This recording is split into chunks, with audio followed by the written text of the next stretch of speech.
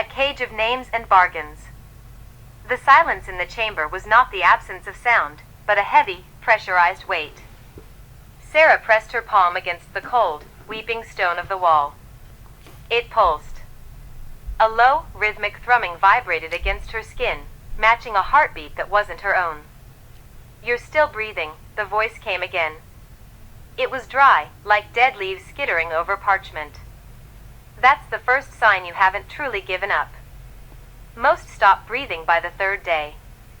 Sarah flinched, pulling her hand back as if the wall had bitten her. Her chest felt constricted, the air in the room tasting of stagnant dust and copper. "Where is she?" Sarah hissed, her voice cracking. "Rachel? I can hear her. I can hear her weeping through the floorboards." "David. You bastard, come out." "He isn't here, child. He doesn't need to be." The voice shifted, moving along the masonry, a disembodied presence drifting through the mortar. "I am Anya. And you are wasting precious lunaire on a void." Sarah scrambled to the wall, pressing her ear to the jagged, damp stone. "I escaped. We got out. We were in the city. I remember the rain, the neon lights, the taste of blood that wasn't tainted by this hell. It was real." A bitter, hollow laugh echoed from the other side. "The memory of rain is a lovely, cruel gift, isn't it? He feeds you those images while you sleep, just to make the wake-up call sharper. You never left the threshold, Sarah. You simply walked into a deeper fold of the quilt." Sarah's vision blurred. The walls seemed to bulge inward, the shadows lengthening like grasping fingers. She clawed at the stone, her fingernails catching on a seam. "Why? We had nothing. We were scavengers." "To a fae, a name is a signature on a blank deed," Anya whispered, her tone shifting into a clinical, terrifying exhaustion. "When you introduced yourself, when you spoke your true names to him, you didn't just offer an identity. You offered an anchor. He collected you like a lepidopterist pins a moth. He didn't build this manor to contain you, he built it to process you. You aren't guests. You are inventory." A primal, jagged panic flared in Sarah's gut, sharper than any stake or flame she had ever faced. She slammed her fist against the wall, the impact sending a jolt of static electricity through her arm that made her teeth ache. "No. We're vampires. We have strength, we have." "You have a leash," Anya interrupted, her voice gaining a sudden, sharp clarity. "Listen to me. The hunger you feel? That's not your metabolism. It's the manor draining your kinetic energy to fuel the lighting, the heating, the very illusions that keep you compliant. Every time you scream, every time you beat those walls, you are paying the rent." Sarah collapsed, sliding down the wall until she hit the cold, uneven floor. The room felt smaller than it had an hour ago, the ceiling lower, the corners sharper. She looked at her hands, trembling in the dim, flickering light. "He's going to turn her into a doll," Sarah whispered, the horror of the realization hitting her with the force of a physical blow. "He told her. He wants her still. He wants her, forever." "Then you must be still," Anya said, her tone suddenly devoid of empathy, replaced by a cold, desperate pragmatism. "If you want to save that girl, you have to stop behaving like a cornered animal and start behaving like a prisoner who has found the master key. I have spent decades mapping the grooves of this stone. I know the rhythm of the guards. I know how the names are cataloged." "Why tell me?" Sarah asked, her voice trembling. "Why help me now?" "Because I am tired of watching the collection grow," Anya replied, the sound of her scraping against the wall suggesting she was huddled in the same position on the other side. "And because David made a mistake. He forgot that even the most perfect machine has a tolerance for error. He thinks because he knows our names, he owns our wills. He's right about the names. But he is wrong about the debt." Sarah wiped the sweat and grime from her face, her eyes narrowing in the gloom. The frantic, erratic beating of her heart began to steady, forced into a rhythm of icy calculation. She looked up at the ceiling, at the intricate, swirling carvings that adorned the molding. They weren't just decorations. They were lists. Thousands of names, tiny, etched lines that seemed to writhe when she stared at them too long. "What do I do?" Sarah asked, her voice losing its tremor, replaced by a serrated, dangerous edge. "First," Anya said, "you must stop fighting the manor. Stop pushing. Start listening. The manor isn't just a building, it's a ledger. Every room is a page. Every shadow is an entry. If you want to break the binding, you don't break the walls. You redact the entry." A heavy, sickening silence filled the room. Sarah stared at the stone, the reality of the situation beginning to crystallize. The desperation was still there, but it had been stripped of its chaos, refined into a singular, murderous intent. She wasn't just Sarah Blackwood, a sister, a vampire, a victim. She was a ghost in the machine, and she was starting to see the wires. "Tell me," Sarah whispered to the stone, "how do I start killing this place?" Anya's laugh was soft, a rustle of dry paper. "We begin by learning the language of contracts. David thinks we are illiterate. Let's prove him wrong." Sarah pressed her palms against the stone, her skin blistering as if the wall were composed of freezing iron rather than granite.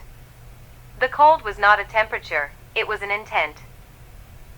It leached the vitality from her veins, the heat of her undead blood being siphoned away into the masonry. Every time she pushed, every time she flexed her muscles to tear the blocks apart with the strength that had once shattered iron chains, the manor hummed in a low, vibrating chord of satisfaction. It fed on her exertion. It grew heavy and dense, reinforcing its own structure with the kinetic energy of her struggle.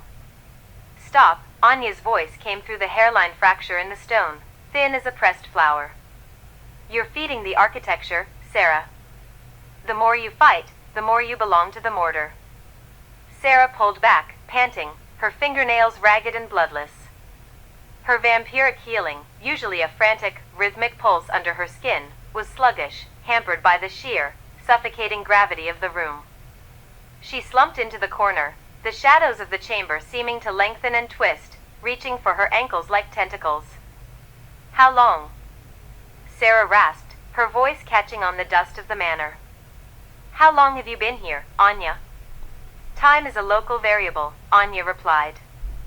The cynicism in her tone was frayed, worn down by centuries of silence. "In here, it's measured in the decay of memory. I have forgotten the color of the sun, but I recall the weight of my own name. That is the anchor. As long as you remember who you are, David cannot fully consume you. But he has your names, Sarah. He has them filed under S and are in his ledger. You are no longer guests. You are inventory."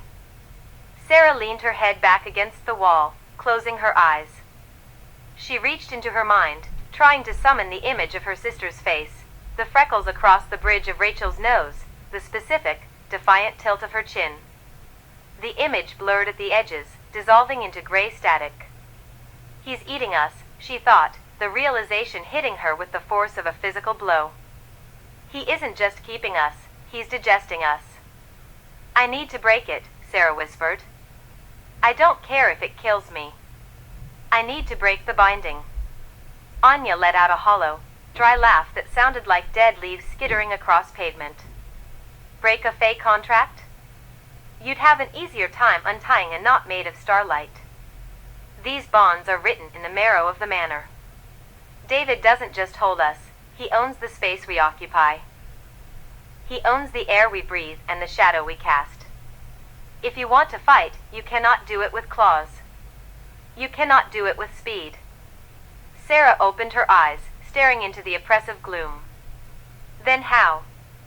If physical force only strengthens his grip, then what is the vulnerability?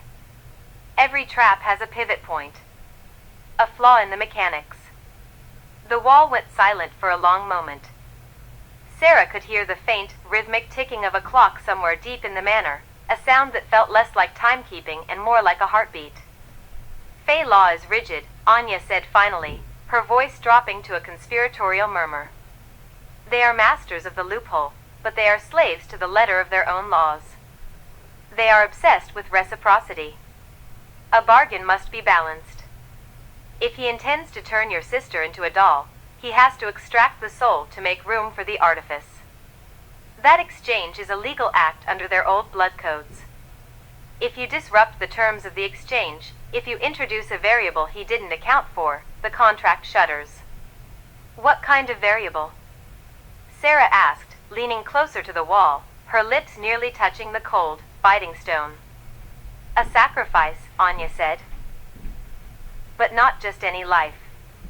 A faith thrives on the gift of a name given freely. To undo it, you must rescind the gift. But you cannot simply take back a name. You must offer a different contract, one that supersedes the first by exploiting the hierarchy of his own pride.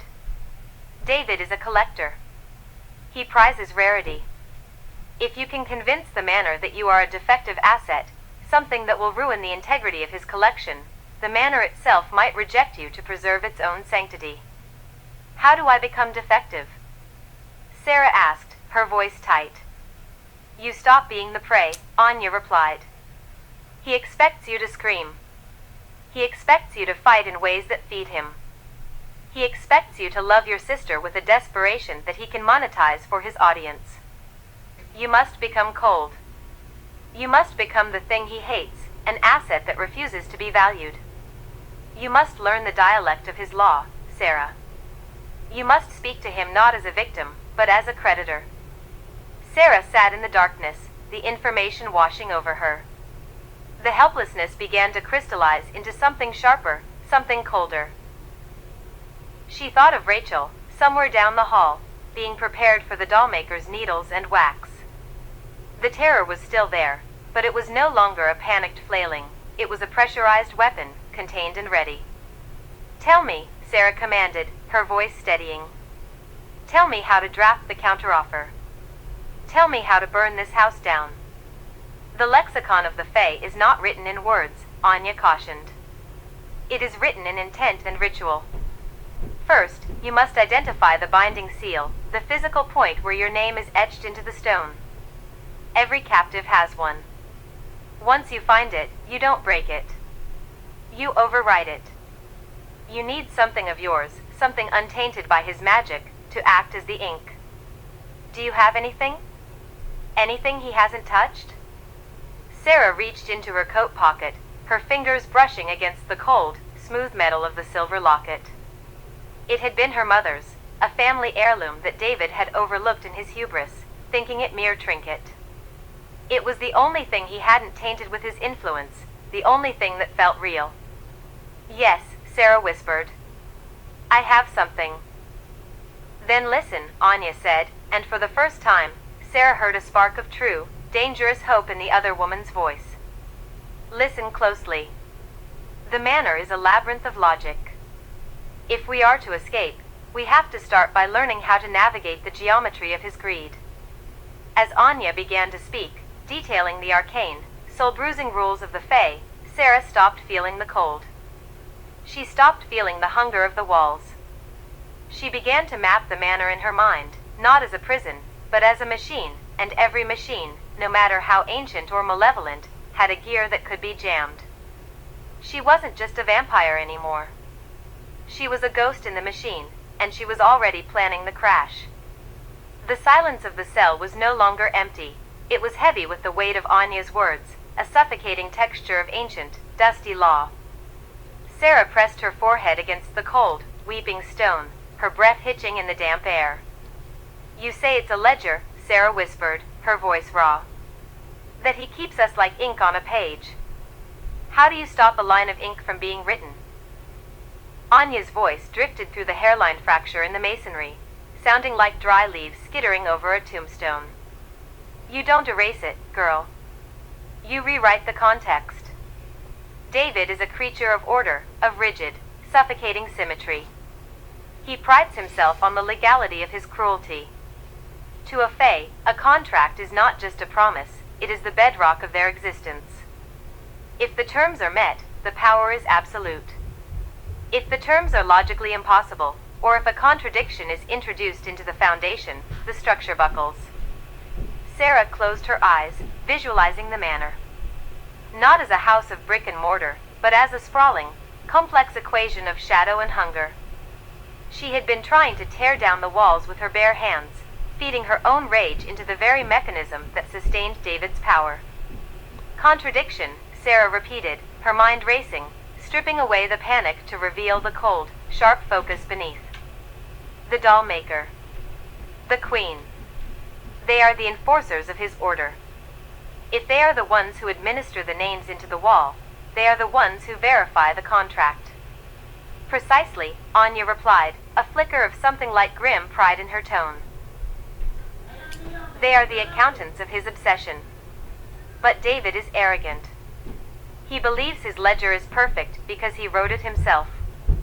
He hasn't accounted for the fact that a soul, a name, has a weight that shifts. If you can force a paradox into the ritual, if you can make them sign a name that is no longer yours by the letter of their own law, the binding will stutter. It will create a vacuum. A momentary breach. Sarah reached out, her fingernails scraping the stone until they bled. She thought of Rachel, the way her sister looked now, pale and doll-like, her spirit dimming under the weight of the Fae's influence. The transformation was nearly complete. What do I need? Sarah asked, her voice hardening. How do I trigger this? Blood is common currency, but it is insufficient, Anya cautioned. You need a gift of intent. A Fae cannot refuse an exchange that follows the protocol of the manor, provided it is offered with the correct phrasing. You must offer David a trade that he cannot reject without violating the laws he holds most dear. He wants a show? He wants a star? Give him one. But ensure the performance carries a hidden weight. Sarah stood, her body aching, her senses stretching out beyond the confines of her cell. She could feel the manor humming, a low-frequency vibration that wasn't sound, but the pulse of the bargain. I won't just offer him a trade, Sarah said, a dangerous, jagged smile touching her lips. I'll offer him a trap. I'll make the queen see that the contract is flawed, and in her fear of violating David's precious order, she will be the one to break it for me. It is a suicide mission, Anya murmured. If you fail, your name won't just be on the wall. It will be part of the foundation. You will be the mortar that holds his guests captive for centuries. I'm already dead, Anya. I've been dead since we walked through those gates. The only thing left to decide is what kind of ghost I'm going to be. Sarah began to pace the small room, her movements measured, calculated. She wasn't fighting the manor anymore. She was learning how to navigate its bloodstream. She listened to the distant, rhythmic clicking of the doll maker's instruments down the hall, a sterile, metallic percussion that signaled Rachel's slow eradication. She turned her gaze to the floor. There, etched into the grime, were the scratch marks of those who had come before her. She didn't look at them as failures anymore. She looked at them as data points. Tell me, Sarah commanded, her voice dropping to a whisper that commanded the air around her. Tell me the phrasing. If I am to be the star of his show, I need to know the lines that will bring the curtain down on him. For the next hour, the darkness of the cell was filled with the low murmur of forbidden syntax. Anya taught her the cadence of the Fae, the way to twist a sentence so that it sounded like a supplication while functioning as a binding order. It was a linguistic knife, sharp enough to cut through the fabric of the manor's reality. As the instructions sank in, Sarah's fear transmuted into something colder, more potent. She realized that the manor was not just a prison, it was a mechanism. And like any machine, if you knew where to lodge the wrench, it would grind itself to a halt. She began to gather her resolve. She checked the seam of her dress, feeling the hidden edge of a sharpened stone she had pried from the wall earlier. It was a pathetic weapon against a Fae, but it was enough to draw the currency she needed. They're coming for the next round of maintenance, Anya whispered suddenly, her voice dropping to a sharp, urgent hiss. I can feel the queen's intent. She is preparing the ritual for your sister. Sarah went to the wall, her hand hovering over the cold surface. She felt the heavy, velvet presence of the queen approaching, the air thinning as the phase reality asserted itself over the corridor. "Wait," Sarah whispered back, her eyes burning with a sudden, dark fire. "When the doors open, don't scream. Do not offer him a single syllable of yourself. If he tries to bind you further, remember the inverse binding I told you. Hold your name in your chest. Don't let it slip." "I know the price," Anya said softly. The heavy iron door of Sarah's cell groaned, the magic sealing it dissolving as the queen's authority made itself felt. The hinges screamed, a sound like tearing metal, and the hallway beyond stretched out, an endless, impossible corridor lined with the faces of the lost. The queen stood there, her silhouette tall and shimmering with a cold, pale light. Behind her, the doll maker moved with a jerky, disjointed gait, his long, spindly fingers twitching in anticipation. Sarah stood in the center of her cell, her posture relaxed, her gaze steady. She didn't cower. She didn't plead. She watched them with the chilling detachment of someone who had already decided their fate. "The show must go on," the queen remarked, her voice like glass breaking on silk. "And you, Sarah Blackwood, are overdue for your rehearsals." Sarah took a step forward, the light from the hallway catching the hollows of her eyes. She felt the weight of the names carved into the stone, hundreds of them, a symphony of stolen identities. She reached into her pocket, gripping the sharpened stone, and then, with a slow, deliberate grace, she stepped out into the light. "I have a counteroffer," Sarah said, her voice steady, echoing with a strange, harmonic resonance that caused the queen to pause. The queen's eyes narrowed, a flicker of genuine irritation crossing her ethereal features. "A fae does not bargain with the product, creature. You are the exhibit." "I am the star," Sarah corrected, her smile devoid of warmth. "And a star does not perform in a house where the stage is built on a lie. You want my name? You want my performance? Then satisfy the debt. The contract is incomplete, and we both know the consequences of an unbalanced ledger." The doll maker froze, his head cocking to the side like a curious bird. The queen's expression hardened, the shadows in the hallway lengthening, swirling around her like a living shroud. "You dare," the queen hissed. "I dare to demand what is mine," Sarah replied. She didn't blink. She reached out, pressing her palm against the stone wall, tracing the groove where the name Rachel was etched. She poured her intent into the stone, not as a victim, but as a claimant. "If you want this performance, you will stop the work on the doll. By the law of the first bargain, I challenge the validity of the name binding." The silence that followed was absolute. It wasn't the silence of an empty room, it was the silence of a house holding its breath. The manor itself seemed to shudder, the walls groaning as the logic of the binding was forced to acknowledge a potential anomaly. Sarah watched the queen, watching for the tremor in her hand, the slight shift in her posture that would reveal the weakness. The queen was a creature of absolute order, and in this moment, Sarah had just introduced a chaotic variable that the queen's own reality-warping power had to account for. "The contract is fixed," the queen said, though her voice lacked its usual icy certainty. "The names are signed in blood and stone." "The stone is flawed," Sarah countered, stepping closer, her presence growing, drawing power from the very atmosphere of the manor. "And I have the proof." She waited for the moment of hesitation. It lasted only a heartbeat, a fractional gap in the queen's composure, but for Sarah, it was an eternity. It was the crack in the wall she had been waiting for,